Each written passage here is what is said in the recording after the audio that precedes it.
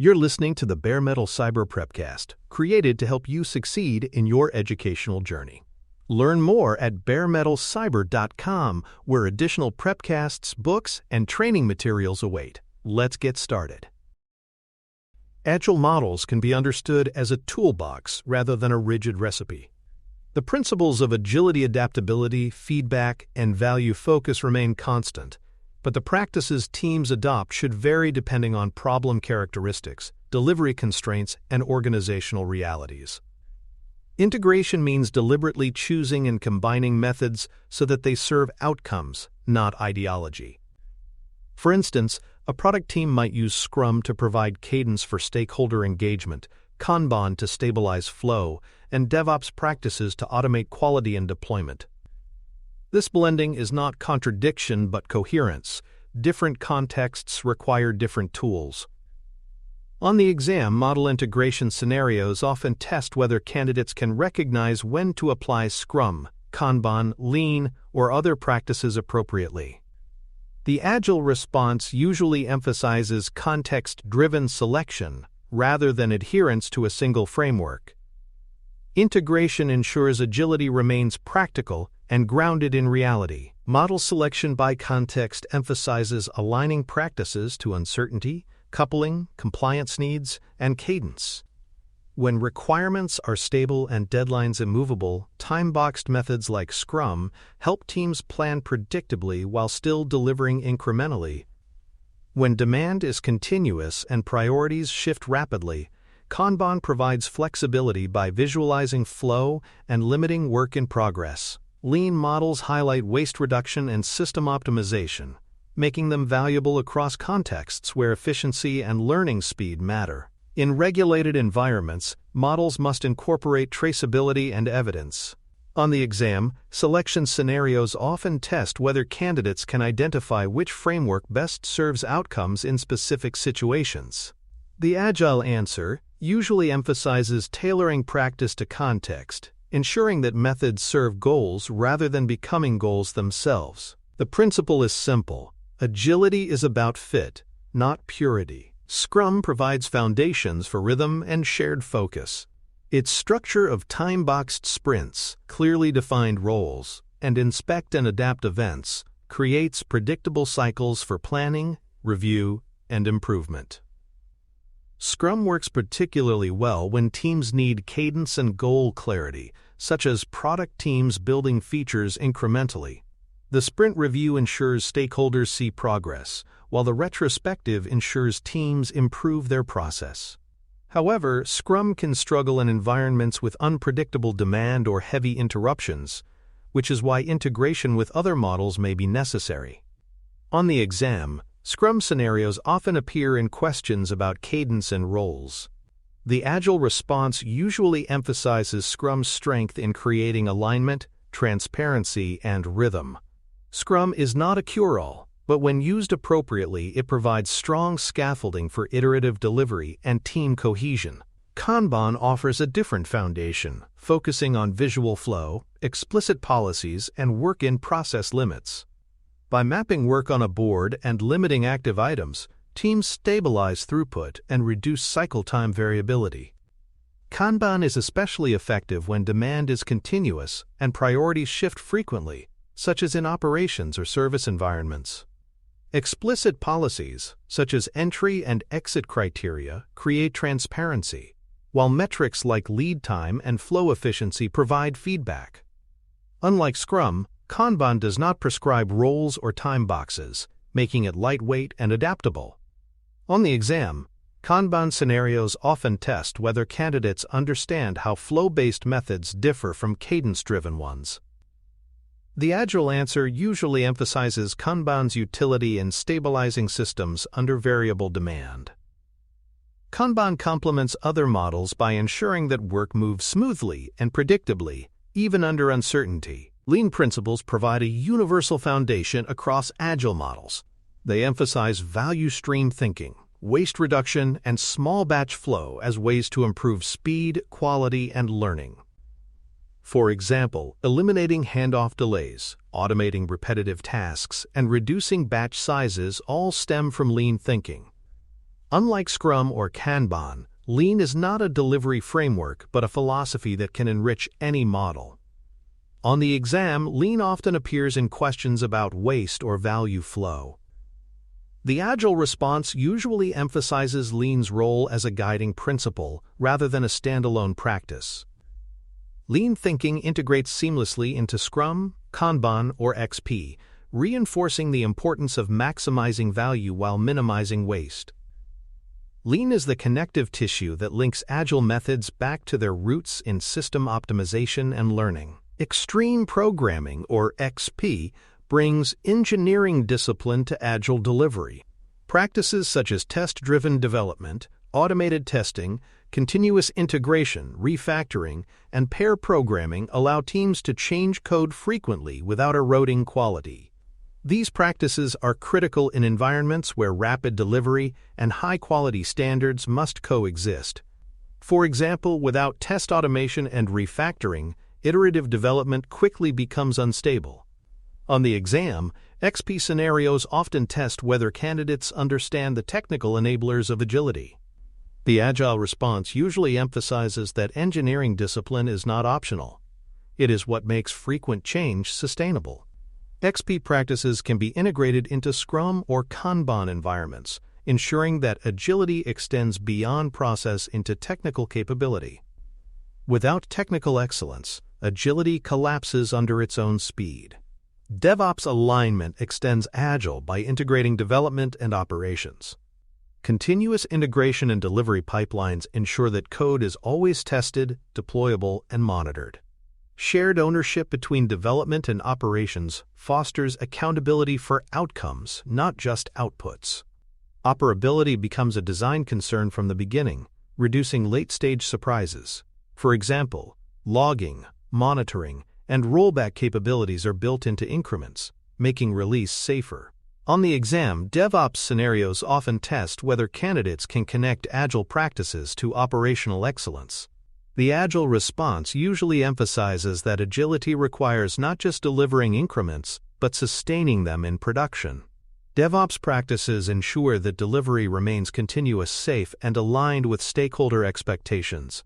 Agile without DevOps risks building faster but breaking more often. Design thinking and lean startup methods complement Agile delivery by supporting discovery. Design thinking emphasizes empathizing with users, framing problems, and ideating solutions before committing to build. Lean startup emphasizes hypothesis testing, minimum viable products, and evidence-based pivots. Together, they reduce the risk of building features no one wants. For example, a team might prototype multiple user flows before coding, or release a thin slice to validate assumptions before scaling. On the exam, discovery models often appear in questions about reducing uncertainty. The Agile response usually emphasizes testing assumptions early, rather than building at scale prematurely. Discovery methods integrate with delivery by ensuring that what is built is desirable, feasible, and viable before heavy investment occurs. Scrumban blends Scrum's cadence with Kanban's flow controls.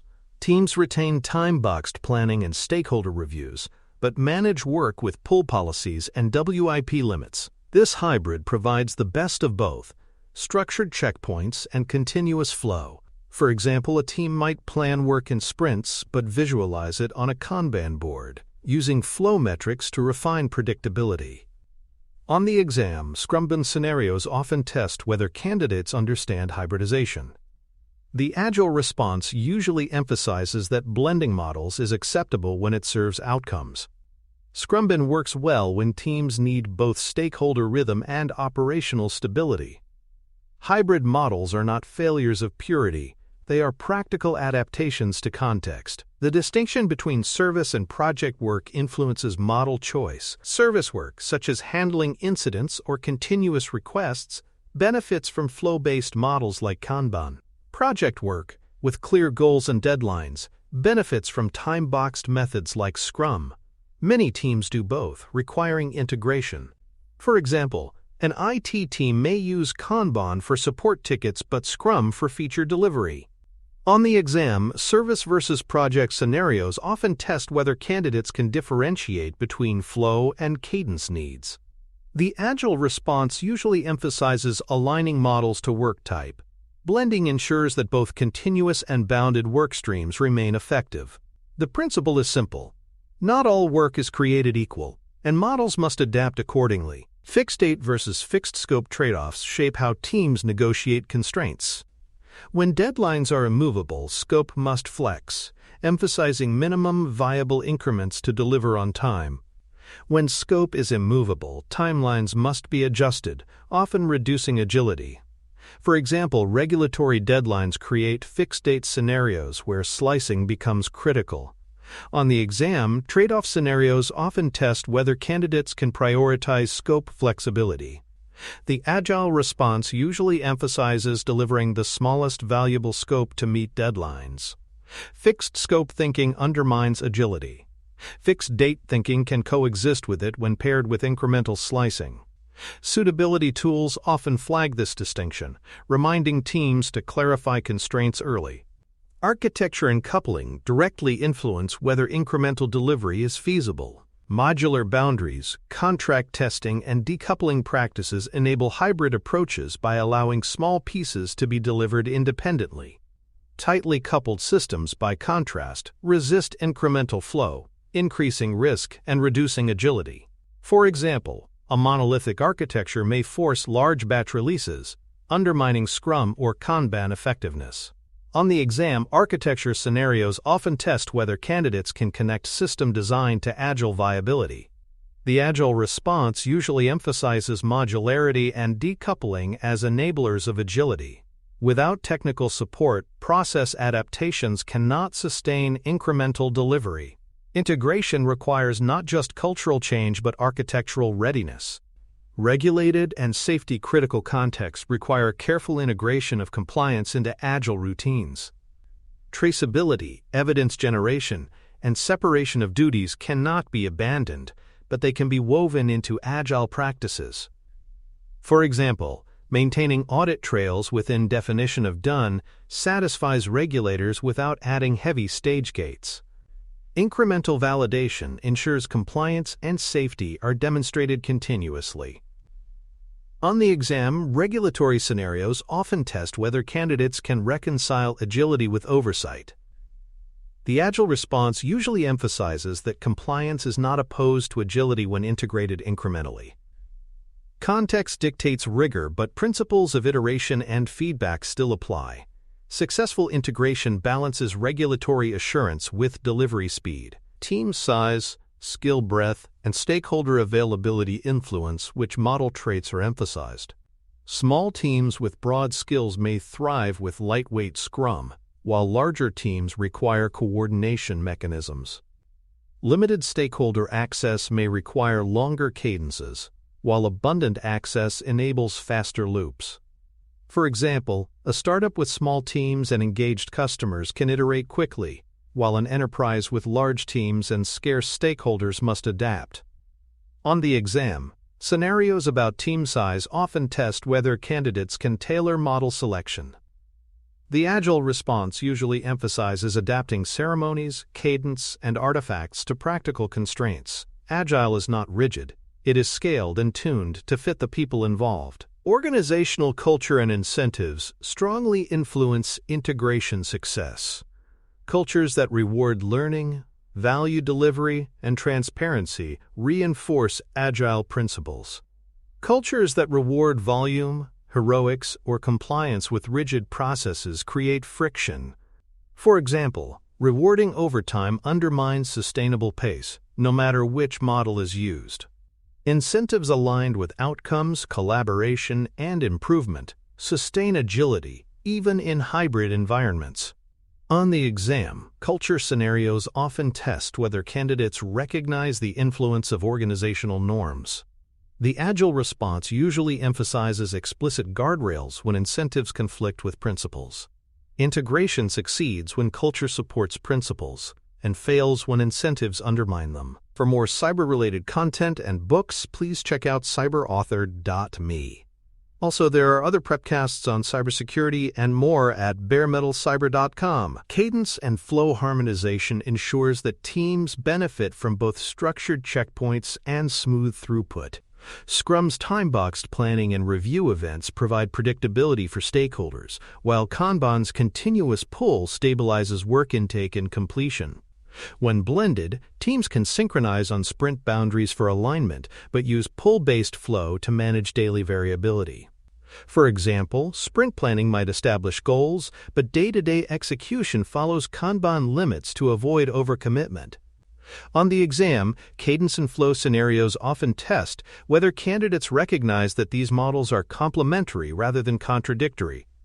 The Agile response usually emphasizes harmonizing both, so rhythm provides visibility, while flow ensures stability. Integration thrives when teams reduce friction between time-boxed ceremonies and continuous demand, creating a delivery system that is both predictable and adaptive. Artifact coherence is critical when multiple models coexist. Teams must ensure that product vision, roadmaps, backlogs, and work items are consistently mapped so that discovery outputs feed delivery inputs without duplication or conflict. For example, user research insights captured in design thinking workshops should flow directly into backlog refinement rather than being documented separately and forgotten. A single backlog must remain the source of truth, regardless of whether work is managed in Scrum sprints or Kanban lanes. On the exam, artifact scenarios often test whether candidates understand the importance of coherence. The Agile response usually emphasizes integrating discovery and delivery artifacts to prevent disconnects. Coherence ensures that stakeholders, teams, and leaders see a unified view of priorities, enabling consistent alignment and reducing rework. Policy stack definition documents the entry and exit criteria, quality standards, and risk controls that travel with work across different practices. This means that regardless of whether a backlog item is delivered in a Scrum sprint or via Kanban flow, the same quality bar and compliance requirements apply. For example, the definition of done might require automated tests, documentation, and peer review across all work streams. By making policies explicit, teams reduce ambiguity and ensure consistency. On the exam, policy stack scenarios often test whether candidates can differentiate between process-specific practices and universal standards. The Agile response usually emphasizes that governance and quality must remain coherent across models. Policy stacks ensure that integration does not dilute rigor but preserves reliability while enabling flexibility in practice. Role clarity and collaboration agreements prevent gaps and overlap when different models are combined. Product owners, engineers, designers, and operations staff must align on responsibilities regardless of whether work flows through Scrum or Kanban. For example, backlog prioritization remains the responsibility of the product owner, even if Kanban replaces sprint planning. Collaboration agreements specify how roles interact, who attends reviews, who manages dependencies, and how decisions are made. On the exam, role scenarios often test whether candidates can preserve accountability during integration. The Agile response usually emphasizes explicit agreements that define roles clearly. Integration succeeds when responsibilities are transparent, preventing duplication or neglect. Role clarity creates confidence that all aspects of delivery value, quality, operations remain covered. Metrics alignment prevents confusion and distortion across models. Instead of tracking model-specific indicators, organizations should focus on a small set of model-agnostic measures such as cycle time, throughput, escaped defects, and outcome achievement. These metrics allow performance comparison across teams using different practices. For example, one team may use Scrum and another Kanban, but both report on throughput stability and defect escape rates. On the exam, metric scenarios often test whether candidates can distinguish between activity measures and outcome measures. The Agile response usually emphasizes shared metrics that reflect value and quality, not volume. Alignment prevents local optimization and creates coherence at the portfolio level. Metrics should serve learning and improvement across approaches, not foster competition or fragmentation. Portfolio integration ensures that governance remains lightweight while still effective across diverse models. Traditional portfolios often impose ceremony that penalizes experimentation, but Agile portfolios should evaluate initiatives based on learning, risk reduction, and evidence of value. For example, instead of stage gating based on documentation, a portfolio review may focus on validated hypotheses and delivery of increments. Governance should adapt to context, supporting both predictable work and exploratory initiatives. On the exam, portfolio scenarios often test whether candidates can align governance with Agile principles. The Agile response usually emphasizes lightweight, evidence-driven portfolio oversight. Integration ensures that multiple models can coexist under governance that is proportionate, not burdensome, preserving both accountability and adaptability. Scaling guardrails protect against bureaucracy when multiple teams integrate models. Teams must align on outcomes, share cadences where useful, and make dependencies visible without imposing uniform process. For example, teams may synchronize on release planning dates but choose different practices internally. Guardrails ensure autonomy remains, but coordination is sustained. On the exam, scaling scenarios often test whether candidates can distinguish between enabling guardrails and restrictive mandates. The Agile response usually emphasizes outcome alignment and dependency visibility. Guardrails prevent chaos without forcing conformity, enabling organizations to scale agility responsibly. Integration at scale succeeds when diversity of practice is tolerated, but coherence of outcomes and cadence is preserved. Adoption sequencing is essential for integrating methods safely. Teams should introduce new practices in small, reversible steps, proving value locally before institutionalizing them. For example, a team might pilot Kanban WIP limits before extending them portfolio-wide. Practices that no longer serve outcomes should be retired. Sequencing prevents overload and allows learning. On the exam, adoption scenarios often test whether candidates recognize the importance of incremental change. The Agile response usually emphasizes piloting and iterating rather than wholesale rollout. Sequencing reflects agility itself: inspect, adapt, and scale based on evidence. Integration thrives when adoption is paced thoughtfully, balancing ambition with sustainability. Risk management patterns adapt by domain and type. In compliance-heavy work, traceability and evidence generation may be prioritized. In security-sensitive contexts, automated scanning and peer reviews are critical. In financial environments, controls around approvals and reconciliation dominate. Agile integration tailors risk responses without undermining adaptability.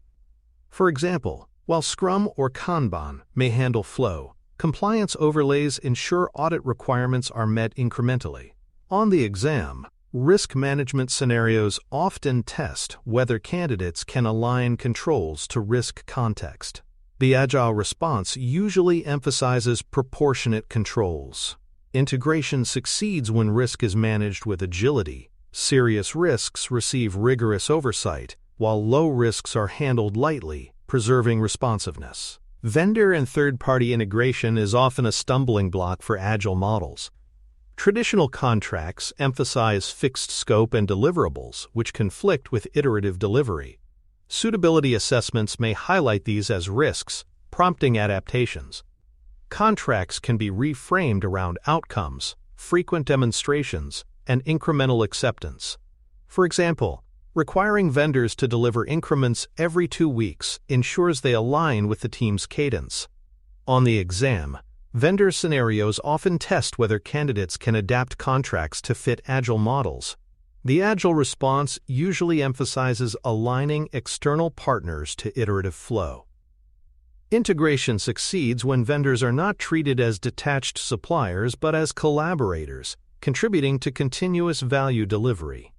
Common anti-patterns emerge when models are integrated poorly. Cargo cult mixing occurs when teams bolt practices together without understanding purpose, creating incoherence. Conflicting policies, such as having both unlimited WIP and fixed sprint goals, create hidden queues and rework. Unmanaged handoffs reintroduce waste, as teams shift responsibility without accountability. These anti-patterns undermine flow and learning. On the exam, anti-pattern scenarios often test whether candidates can recognize these failures. The Agile response usually emphasizes principle-driven integration. Successful blending preserves coherence, avoids contradictions, and ensures practices reinforce one another. Anti-patterns are reminders that integration is not random assembly, but thoughtful design. Knowledge management preserves integration over time. Decisions, policies, and templates must be documented so that integrated ways of working survive reteaming, turnover, or leadership changes. For example, a repository of integration agreements ensures new team members understand why Scrum cadence is combined with Kanban flow.